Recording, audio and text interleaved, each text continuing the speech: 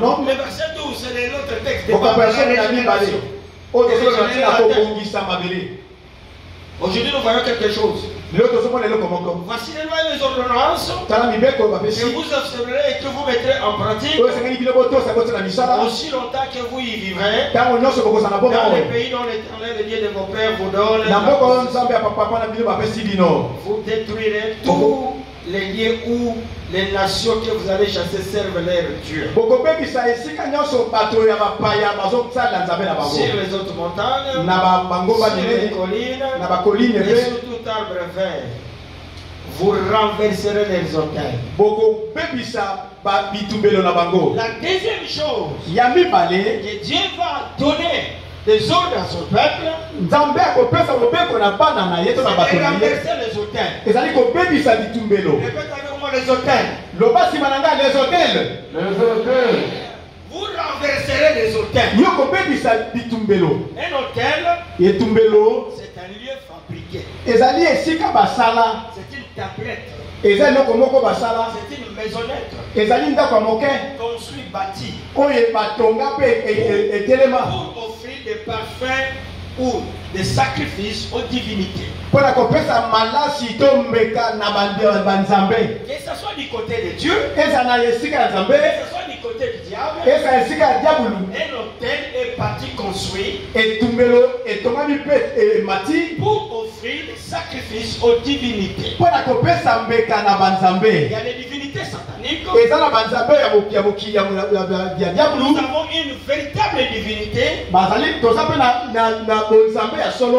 qui est la divinité de Dieu. Alors, à l'hôtel, c'est un endroit de l'échange. Donc cela veut dire les humains et les divinités se rencontrent pour échanger. L'hôtel a un grand mystère. Les divinités et les humains se rencontrent pour échanger. Donc cela dit, ils échangent quoi? Du côté du diable, lorsque les humains et les divinités se rencontrent, les humains viennent avec leur bénédiction. On appelle les chances. Mais nous appelons ça bénédiction. Ils viennent avec ça, avec leur ignorance, leur conscience et inconscience. Qu'est-ce qu'ils font? Ils parlent aux divinités qu'on ne voit pas. Et ils donnent leur bénédiction aux divinités. Et les divinités de leur côté,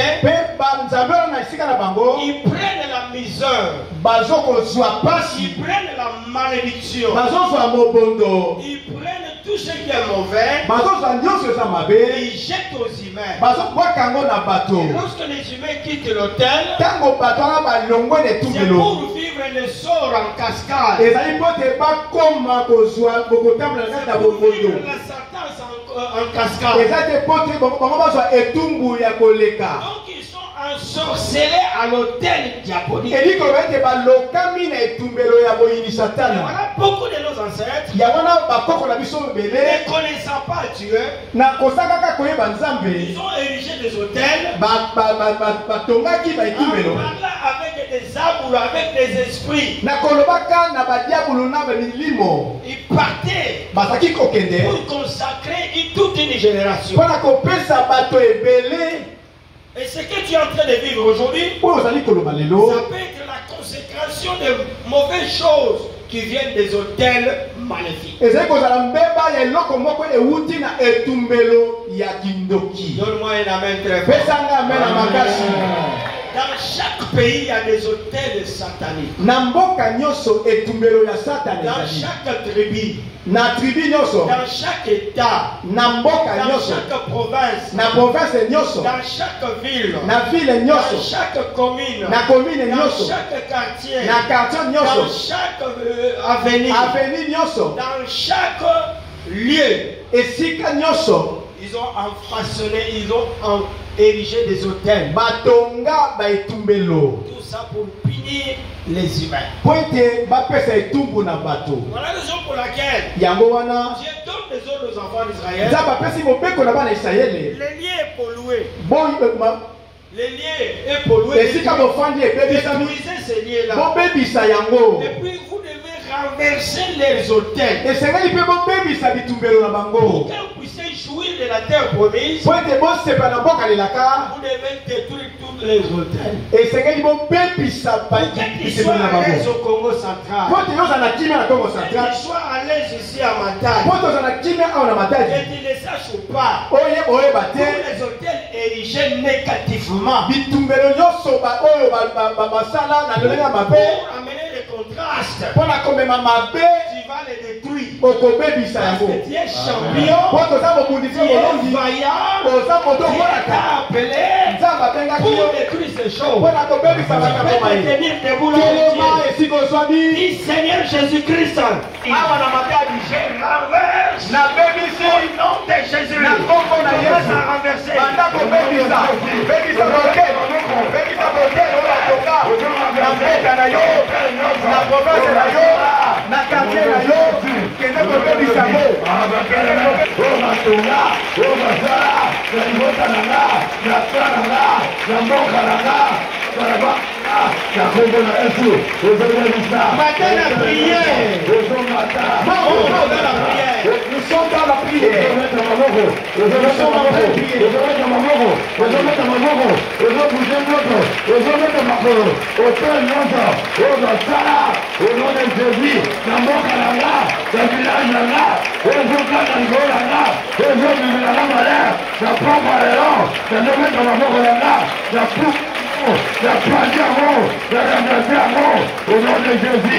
Merci Seigneur Jésus-Christ.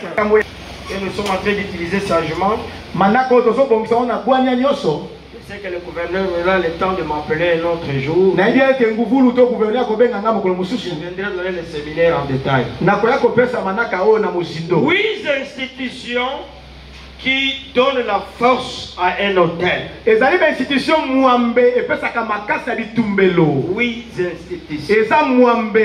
Première institution qui donne la force à l'hôtel, c'est les lieux. C'est l'endroit choisi pour bâtir l'hôtel. Ça peut être sur la terre. Ça peut être sous un arbre. Ça peut être sur des collines. Ça peut être sur la montagne. Ça peut être dans des cimetières. Ça peut être dans les eaux. Ça peut être dans les stades. Ça peut être dans les ports. Ça peut être des hôtels portatifs. Mais le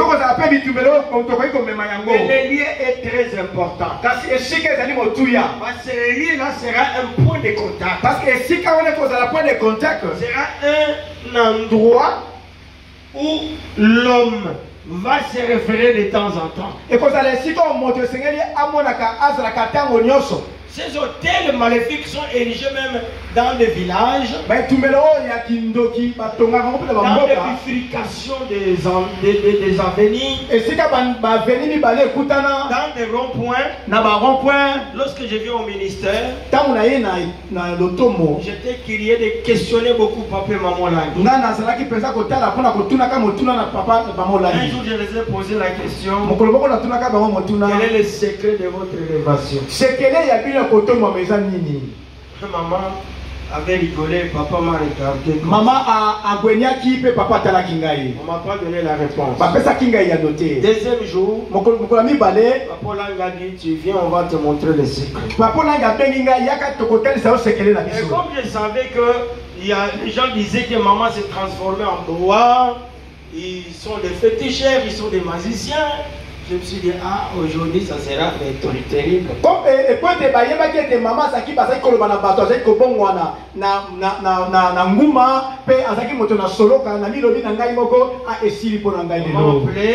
13h, j'étais chez eux. Et il recevait les gens. À un certain moment, on m'a appelé, on a déjeuné ensemble. Je suis rentré, je voyais combien il recevait.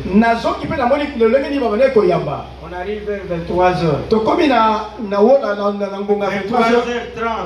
23h30. Les valises commençaient à descendre.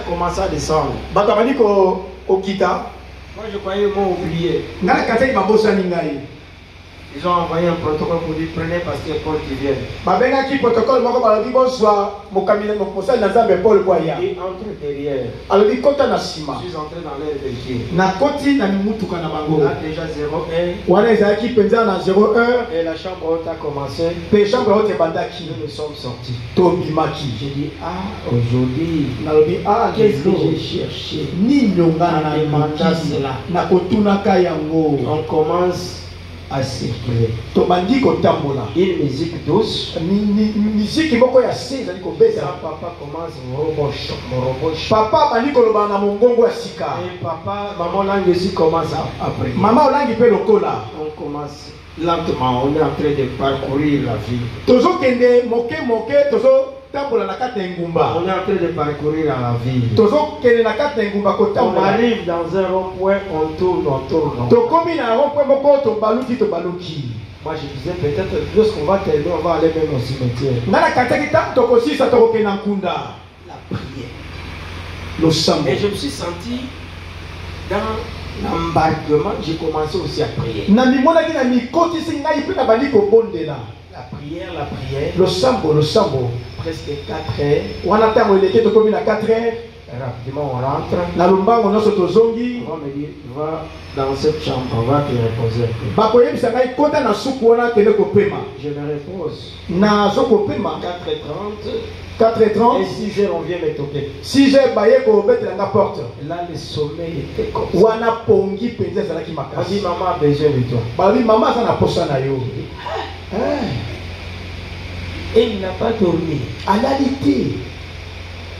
Je viens. Il me dit non, il faut te préparer. Parce que 9h, il va faire la chambre haute. Il va prier. Jusqu'à 10h. Et ça fait 3 jours comme ça. Et le dernier jour, papa m'a appelé. Est-ce que tu as compris notre secret? Je me suis agenouillé. J'ai dit veuillez me pardonner. J'ai compris votre secret. La prière, la repentance et la sanctification. Voilà la raison pour laquelle lorsque papa m'a dit venez à la prière, chaîne, veillez de prier, ne manquez pas, c'est ça le succès.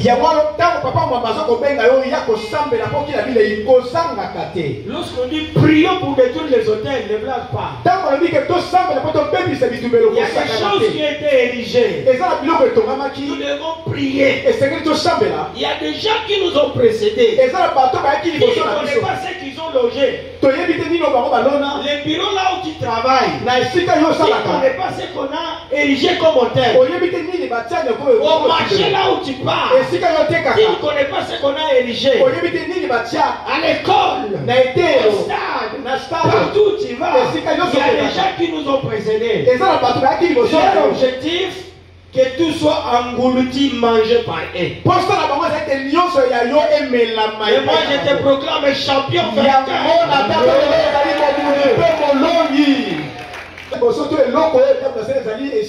Et du côté de Dieu, le premier endroit pour un hôtel qui soit fort, c'est ton cœur. La Bible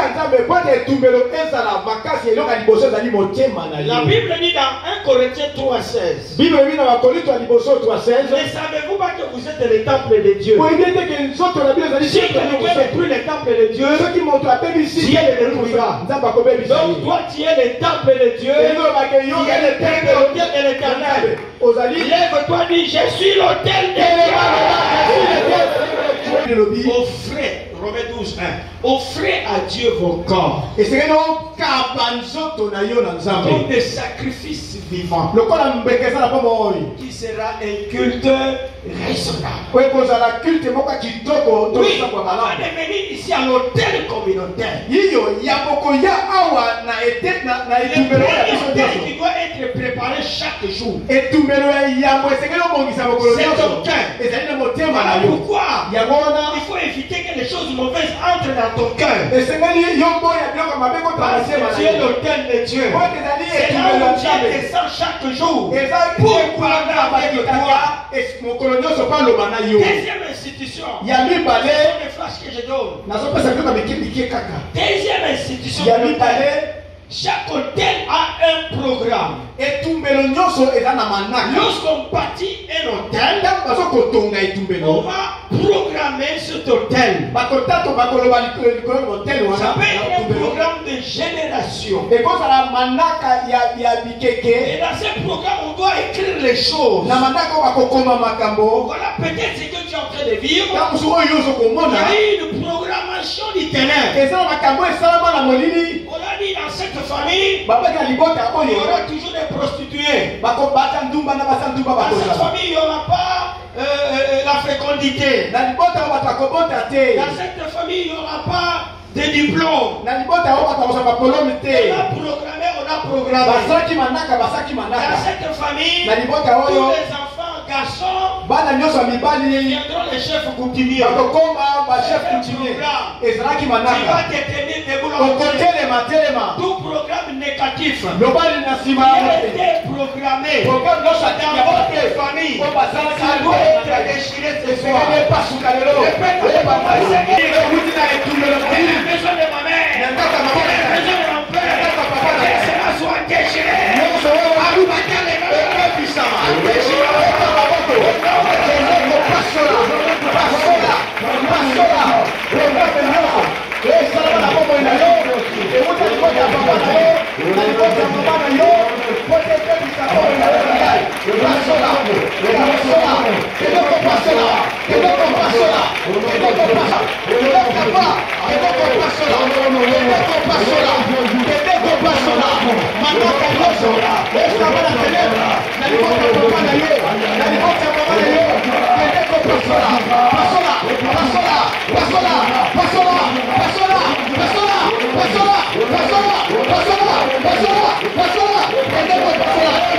Le programme est déchiré.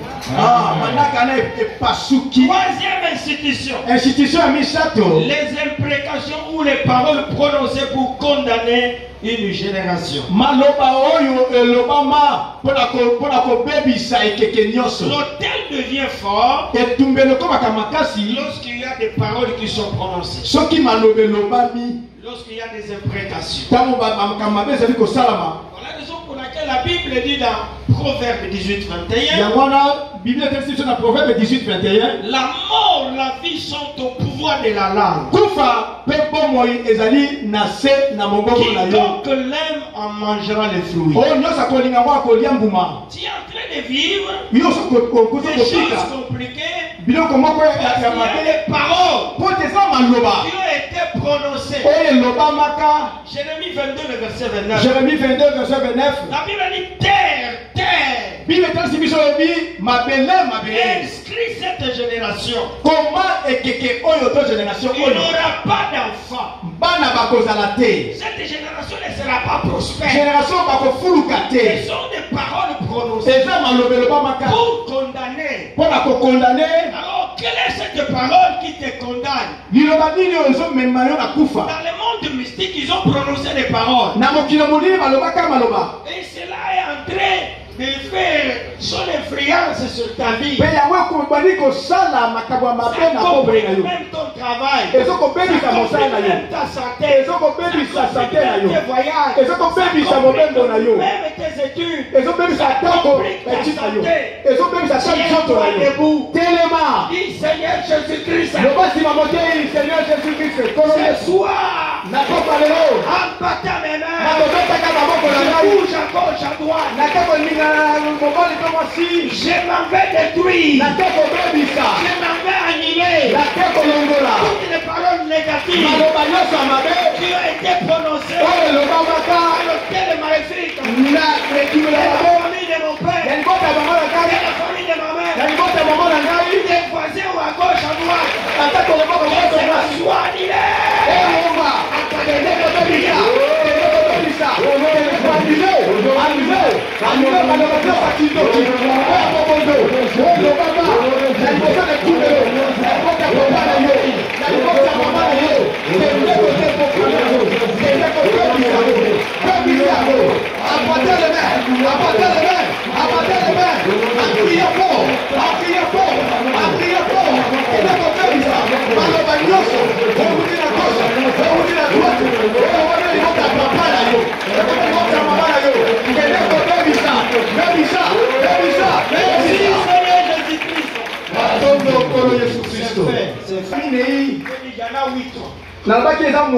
je peux donner 4, je cache les 4 pour te permettre d'avoir soif de ce message.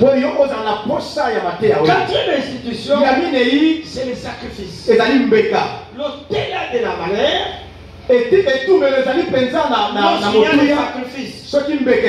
à la définition de l'autel, c'est un endroit fabriqué, bâti pour offrir des sacrifices aux divinités. Que ce soit du côté de Dieu, que ce soit du côté de Satan. Ce qui donne la valeur à l'autel, c'est les sacrifices. En d'autres termes, ce qui valorise la terre, c'est la semence. C'est elle qui fait parler la terre. Si tu envoies une graine dans la terre, cette graine va te reproduire beaucoup de graines. Alors, tout sacrifice que ça soit du côté de Satan, ce sacrifice va amener encore d'autres sacrifices.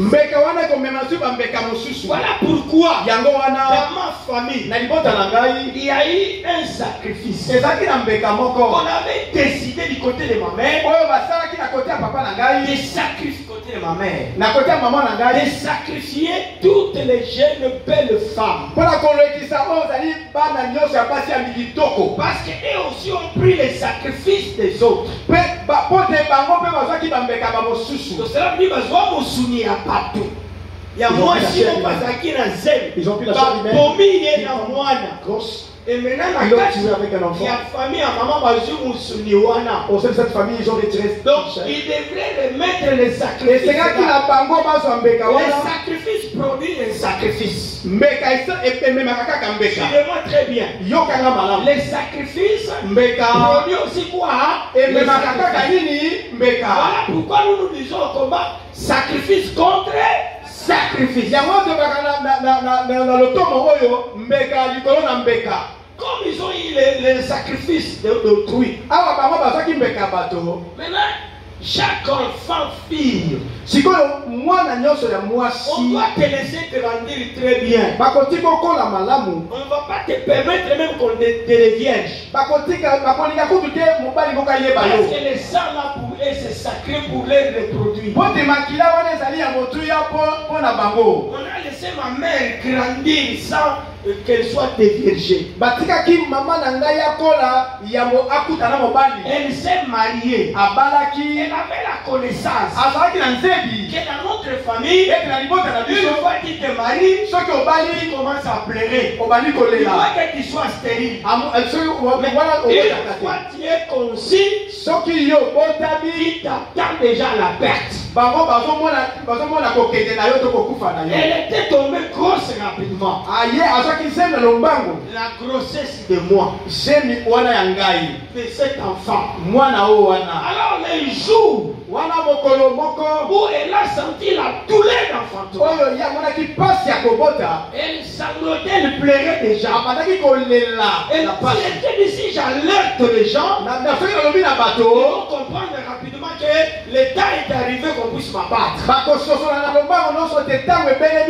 maternité est tout près de notre maison. Elle est partie avec toute sa douleur. Sans que personne ne sache. À 14h, elle arrive dans la maternité. Dieu lui a fait grâce. À 15h. Donc là, il avait déjà 18 ans et demi. 15 heures. Elle m'a accouché sans problème. Comme c'était les sœurs blanches, elle a pris soin d'elle. Sans hémorragie, sans douleur. Maintenant, les gens étaient alertés. On va la localiser à la maternité. Le monde des ténèbres était alerté. L'hôtel des ténèbres criait déjà. L'hôtel des ténèbres criait déjà, demandait le sang et mon sang. Gloire à Dieu. Il était déjà sorti. Parce que le Seigneur savait qu'il devait apporter la parole de Dieu. Alors, bien aimé, 7h du matin, sa maladie, chaque fois que c'est avant qu'elle meure, elle a dit mon enfant va souffrir. 7h du matin, on l'a abattu. Elle était morte. Elle était partie. Sacrifice. Quel sacrifice qu'on a proclamé dans le monde. Lorsque j'ai eu les nouvelles de ces messages, j'ai compris ce qui s'est passé dans la famille de ma mère. Dieu m'a choisi comme Gédéon pour arrêter cette mort.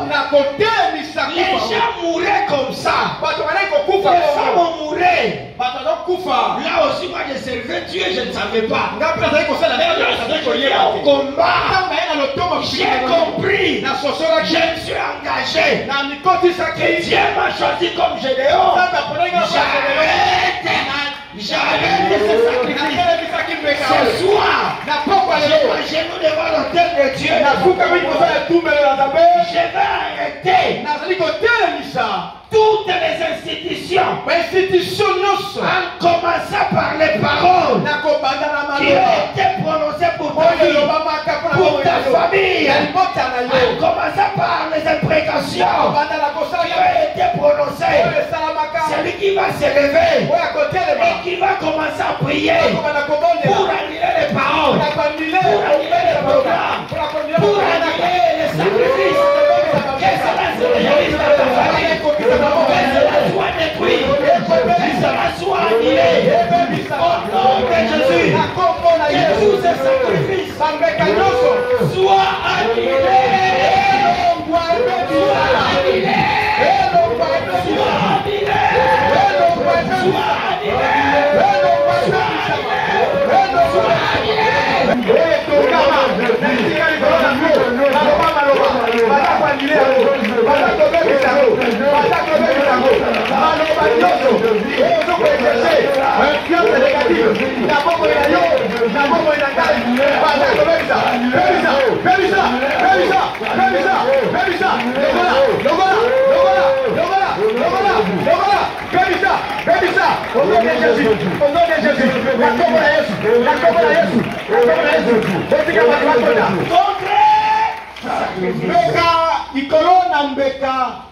Nous sommes en train d'annuler les hôtels maléfiques. Et d'annuler les sacrifices qui ont été initiés. Ça peut être les sacrifices humains. Ça peut être les sacrifices des animaux. Les sacrifices en nature. Mais ta prière annulera ces choses. Jésus a donné les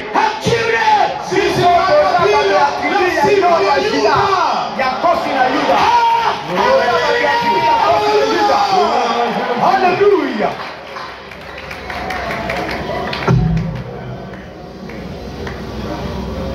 And when Africa sees the Church of Jesus Christ, now when they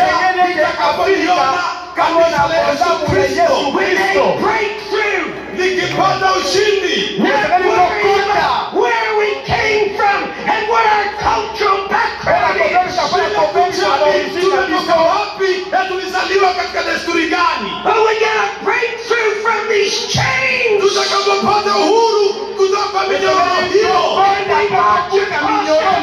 Under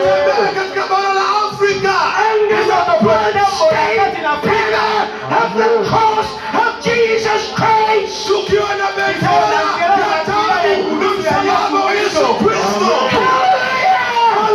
Hallelujah! We will give an alternative to Africa.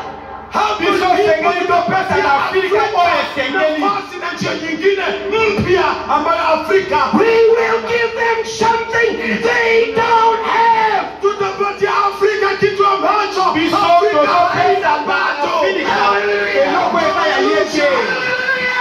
Hallelujah.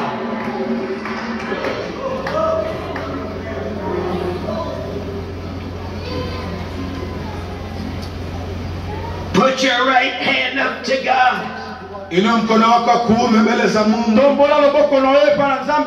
Say this after me this morning. The God that I serve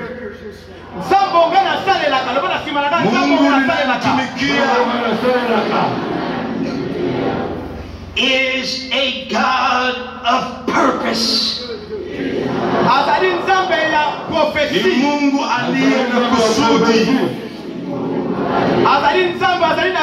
Hands on your chest. Weka mikono yako kwa kifua chako. Namrudie maneno haya nyuma yangu. Mungu. Repeat it again in Swahili. Mungu. God. You brought me here.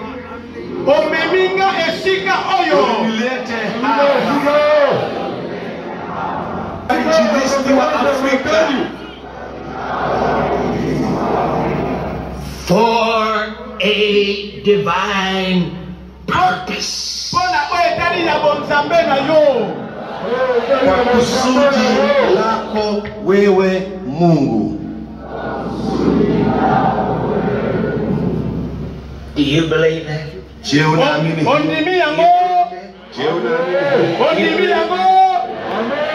your hands up in the air. Nyosha mikono. Go ahead. Inua. Mwabudu huyo Yesu.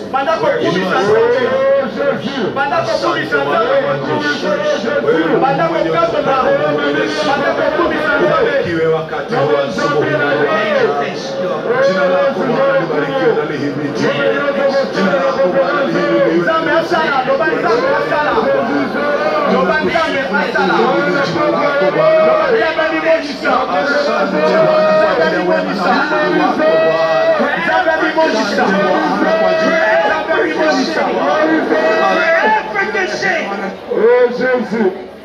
Bon Africa.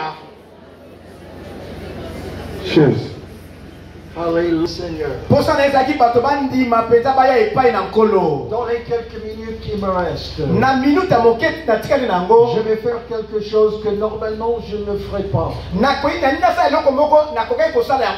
Vous savez, en chaque ville, il y a un peu de caractère et personnalité différents.